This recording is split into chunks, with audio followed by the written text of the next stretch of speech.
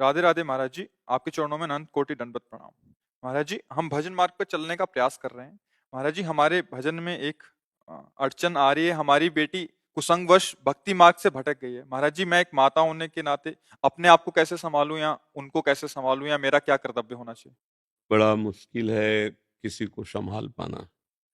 जब बात हाथ से निकल जाती, जैसे बाण छूट गया ना, अब बड़ा मुश्किल है। वो लक्ष्य भेद के ही रहेगा। ये कर्मों का बाण हाथ से निकल गया। अब जैसे एक बार व्यभिचार दोष में युक्त हो गया, चाहे स्त्री हो चाहे पुरुष हो, बच पाना बड़ा मुश्किल होता है, बहुत कठिन होता है। अब वो हाथ से नहीं, बच्चापन से अगर संभाला जाए तो संभल सकता है। अब यौवन अवस्था आ गई, अब तो ज्यादा समझाओगे, आपकी आपके पास ही नहीं रहेगी, आपकी अवहेलना कर देगी, आपके विरुद्ध में, आपके विरुद्ध में। हाँ, ऐसे हमारे पास कितनी बातें ऐसी आई, माता पिता को पुलिस में। महाराज जी, आपने भी लिखा है कि वो आपके साथ रहना नहीं चाहती। हाँ हाँ, तो देखो लिखा है, देखो ऐसा ना।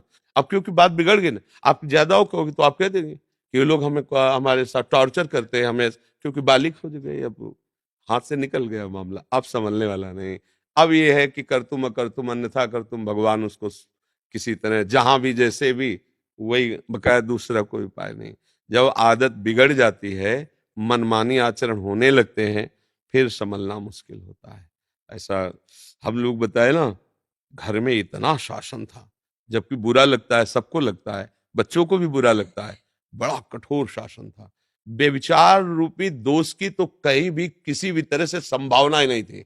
अब क्या है, छूट दिए हो तो देखो बड़े बड़े ऋषि मुनियों का मन मचल जाता है। फिर वो तो बच्चे हैं, उनको अपना हित हित का ज्ञान नहीं। अब वो मचल गए, अब वो बढ़ते चले गए गलत की तरफ। अब वो वापस हमारे कहने से नहीं आएंगे, वही वापस कर सकते प्रभु। कोई ऐसा चोट लगे मन में कि फिर वो लौट कर तुम्हारे पास आवे कि मैं गलत थी, अम्मा मुझे संभाल लो, तो भले आपका उपदेश काम करे, ले अब उपदेश काम नहीं करता। जब मार्ग बढ़ जाता है फिर गलत हो जाता, हृदय स्वीकार नहीं कर पाता।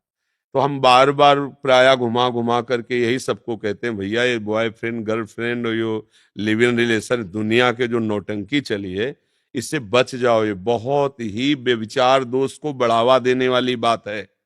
सोचो, अभी वो बच्चा है, 13, 14, 15, अभी उसको अपने हित अहित का ज्ञान नहीं है, पर इंद्रियां प्रबल हो रही, उनको एक खिलवाड़ लग रहा है। उनको पता नहीं कि पाप है, ये अधर्म है, ये आगे चलकर हमारे जीवन को नष्ट कर देगा, कुछ पता नहीं। अच्छा, जैसे ये भी है कि 30 वर्ष के बाद ब्याह हो रहे हैं। देखो, भले सबको ये अच्छा कहे, लेकिन हमारी मान्यता में ठीक नहीं है। क्योंकि 18, 20 के बाद यौवन का भारी प्रकोप होता है।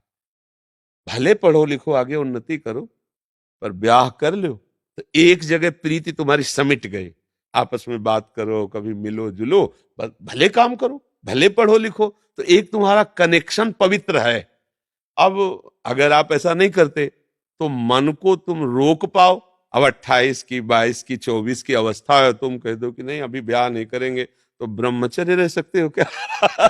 तुम विषयों में रहकर, स्त्री पुरुष में रहकर और गलत चीजें देखकर मोबाइलों में तुम ब्रह्मचर्य, इसका मतलब ब्याह कर लेना चाहिए। अगर 20-25 के अंतर्गत ब्याह हो गया, पढ़ो लिखो नौकरी करो, जो आगे काफी पढ़ाई तो हो जाती है। 20-25 तक तो काफी पढ़ाई हो जाती है, मतलब एक व्यक्तित्व आने लगता है, एक महत्व आने लगता है। पर अब क्या है कि जैसे अब लंबे लंबे समय तक, 30 वर्ष तक ब्याह ही नहीं किए, तो फिर ब्रह्मचर्य से तो नहीं रह सकते, क्योंकि उसके लिए साधना चाहिए अध्यात्म की, और वो है नहीं। तो फिर इधर उधर खिलवाड़ होता रहता है, फिर बुद्धि भ्रष्ट हो जाती है।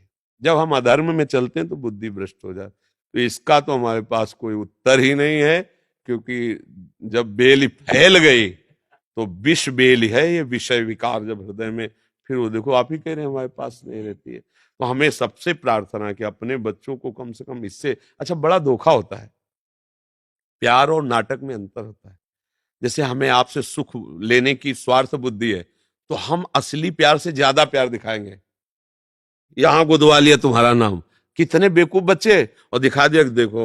और वो माता पिता जो जिंदगी भर उसे दूध पिला के तैयार करिए है ना, छोड़ दिया। अब बच्चों को ये ज्ञान कहां से आवे, कैसे समझ में?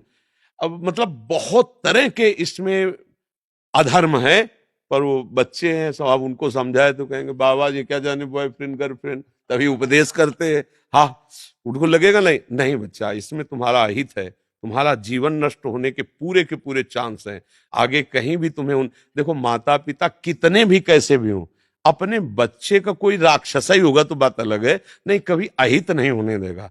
उनमें एक वात्सल्य होता है, उनको लगता है हम चाहे जितना कष्ट में रहे, मेरी बच्ची का ऐसी जगह ब्याह हो जहां उसको सुख मिले।